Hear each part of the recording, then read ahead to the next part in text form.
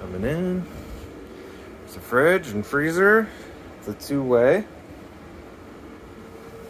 It's automatic, so all you have to do is turn it on. If it has AC, it'll use AC. If not, it'll use propane. Works very well.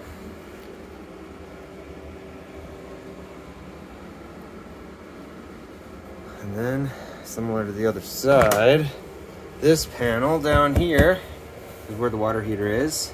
So when you're de-winterizing it or winterizing it, you have to unbypass or bypass the water heater. So it's easy to get to. There's the freezer. Works very well. Had ice cream, more storage.